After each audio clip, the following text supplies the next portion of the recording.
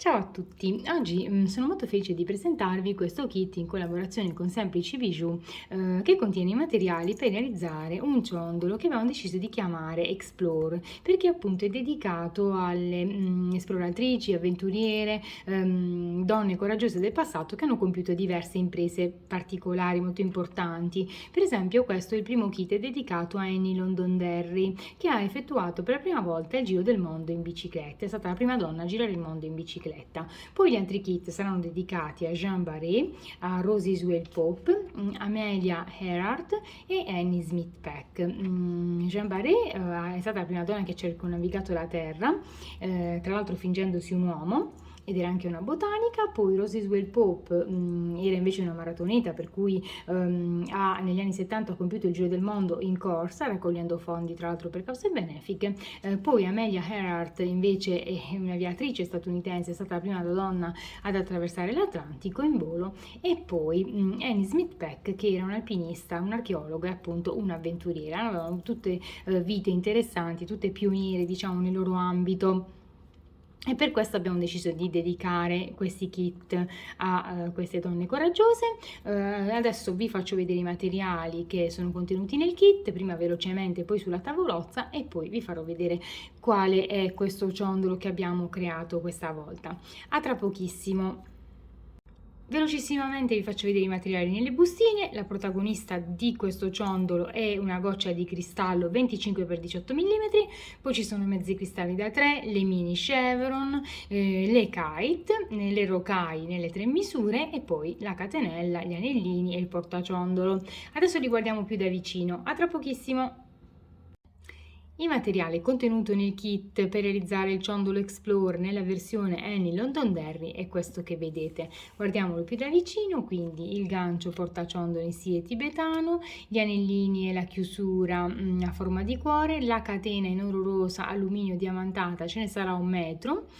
E poi questa bellissima goccia che è appunto la protagonista del nostro ciondolo, che è anche più chiara di così. Adesso cerco di farvi vedere bene il colore, ecco.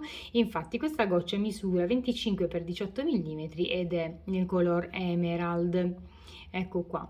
Poi ci saranno i mezzi cristalli da 3 mm nel colore Sueded Gold Fern, ci saranno 5 grammi di queste bellissime mini chevron nel colore Gold Shine Dark Olive, 5 grammi di kite nel colore Chalk Green Luster, poi ci saranno le rocaille 8.0 nel colore Matte Duracoat Galvanized Champagne della Miyuki, poi sempre della Miyuki le rocaille 11.0 nel colore Duracoat Galvanized Dark Berry e poi le rocaille 15.0 nello stesso colore.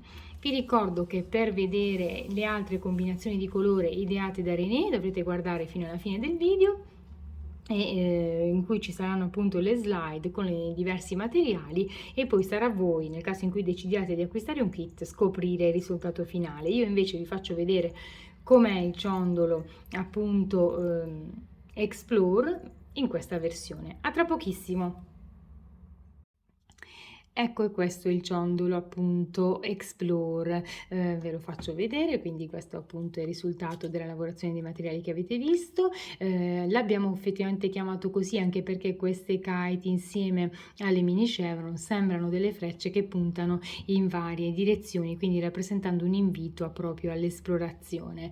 Come vedete protagonista è la goccia che vi ho fatto vedere nei materiali. Qui c'è il lavoro di incastonatura ma anche dei sostegni sul retro che rendono il tutto solido. C'è una catena che appunto tra l'altro misura 1 metro, voi potrete poi decidere la lunghezza con la quale indossare il ciondolo.